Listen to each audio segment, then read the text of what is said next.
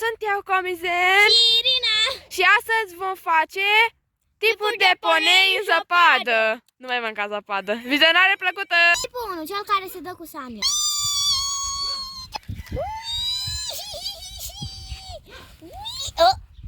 Nu platează. Dar nu vrei să ne jucăm altceva? Că numai cu Sania te dai. Nu. Oh. Tipul 2, cel care face numai oameni de zăpadă. Ce fain e să faci oameni de zăpadă. Nu facem și altceva? Da. Nu, lasă-mă, oameni de zăpadă e fain. Bine. Ce fain e să faci. Hai că mai fac unul. Tipul 3, fițosul. De ce? De ce, Doamne? Este așa de... Vai! Este așa de rea? De ce mă murdăresc pe toate pe copite? Așa e zăpada și tu ai zis că vrei să mergem la zăpadă să facem niște poze. Da, dar uite! Uite, am zăpadă pe fața mea pe copite, îngheț de frig.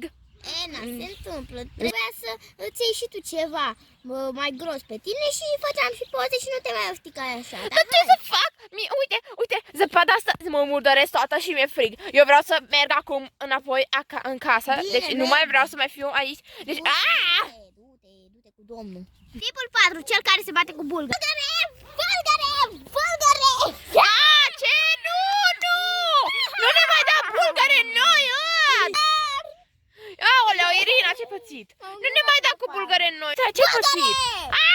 De ce dai? Bulgăre! De ce dai cu bulgare noi? Bulgare. De ce? Eu sunt De bulgare ce? de zăpadă, gata, și eu sunt bulgare. Tipul 5, plimbărețul. Ce frumos este plimb prin zăpadă. Este foarte Nu frumos. vrei să faci și tu altceva? Nu, este mai frumos să te plimbi. Ce frumos este plimb, ce frumos este să mă plimb și să stau și să mă plimb. Este foarte frumos. Uite ce frumos este acest copac. Ce fain ar fi dacă m-aș urca în el, dar nu pot pentru că este greu. Dar este foarte frumos. Ce frumos e natura! Ce frumos e să mă plimb, ce frumos e să te plimbi prin natură. Așa de frumos e. Adică de asta îmi place și mie iarna. Ce frumoasă este iarna. Uite și ninge, ce frumos. Ce frumos. Ce frumoasă este iarna. Hai să fac un înger de zăpadă. Tipul 6, cea care stă foarte puțin. Hai, că chiar ești. Dar este frig, de nu mai pot, eu vreau să merg în casă. Hai, de vină. Dar de ce? Eu vreau să merg în casă pentru că nu-mi place, este frig, o să și ningă. Dacă o să vină ploaia cu ninsoarea, o să fie lapoviță cu ninsoare. Nu vine nimica. Ba vine! Și ce? Pe mine ce vine? Hai să facem oameni de Da, eu nu vreau, e foarte frig. Deja mi este frig. Aoleu, și zăpada asta e pe mine. Nu vreau! Dar vreau să merg în casă. de zăpadă. Nu. De zăpadă. Nu, vreau să merg în casă pentru că este foarte frig și nu pot. Bine, atunci dă să-ți iau onor să faci. De ce? Eu merg în casă! Nu! Eu merg în casă! Nu! Eu merg în casă! Merg în casă! Zici eu, fetelor! Nu, știi ceva? Eu să merg în casă, nu mai pot.